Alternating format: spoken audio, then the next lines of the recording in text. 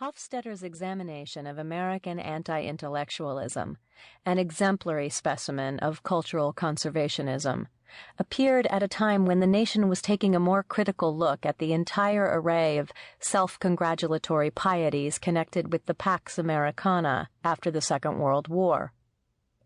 The 3 years between the election and assassination of President John F. Kennedy generated considerable optimism among most Americans, but no group had greater reason for hope than the intellectual community. Intellectuals had become accustomed during the late 40s and early 50s to a political climate that equated academic and scholarly interests with communist and socialist leanings, or at the very least, with a dangerous tolerance toward those who did harbor left-wing sympathies. Even when eggheads were not being portrayed as potential traitors, they were often dismissed as incompetents.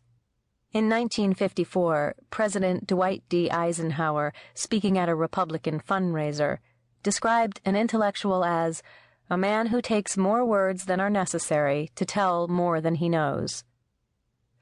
When the Soviet Union bruised the nation's ego by launching Sputnik in 1957, it dawned on Americans that intellectuals might actually have some practical value. Public interest and money, however, were largely reserved for scientific endeavor, with its obvious importance for both national defense and bragging rights. Intellectuals who devoted themselves to scholarship or ideas with no obvious utilitarian purpose had little stature or status as far as the general public was concerned. When I moved to New York in the early 70s, I was astonished to meet intellectuals who, in the 50s, had actually believed that Adlai Stevenson could defeat Eisenhower for the presidency, a wishful misconception that was surely a measure of their psychological and social distance from ordinary Americans in the nation's heartland. My parents, grandparents, and most of their friends had voted for both Franklin Roosevelt and Harry Truman, but all I ever heard about Stevenson when I was growing up in a small town in Michigan was that he was too much of an egghead to have an understanding of ordinary people and their problems.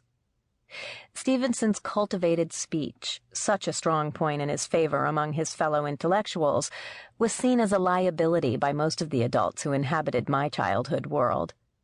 My grandmother, who, before her death at age 99, boasted that she had never voted for a Republican, was able to overcome her distaste for Stevenson's syntax and elevated vocabulary only by recalling the Depression and her beloved FDR. Adlai talked down to people, she recalled, and he didn't have the common touch.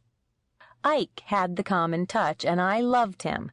But in the end, remembering which party gave us Social Security and which party couldn't care less about starving old people, I just couldn't bring myself to vote Republican.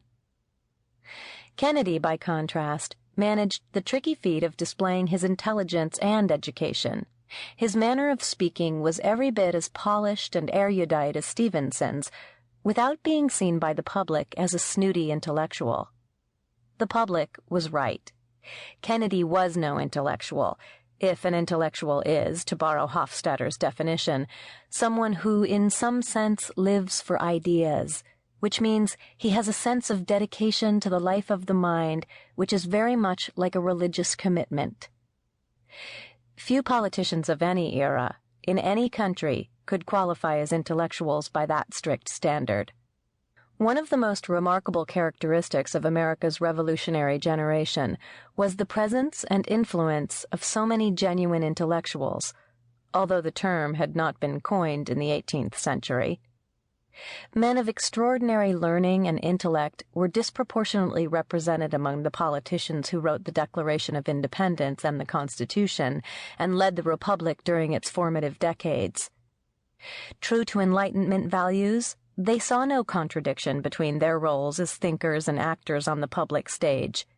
The founders would have been astonished by the subsequent development of what Lionel Trilling would describe in 1942 as the chronic American belief that there exists an opposition between reality and mind, and that one must enlist oneself in the party of reality. Kennedy spoke and wrote frequently, and had done so long before he became president, of the need for American society to abandon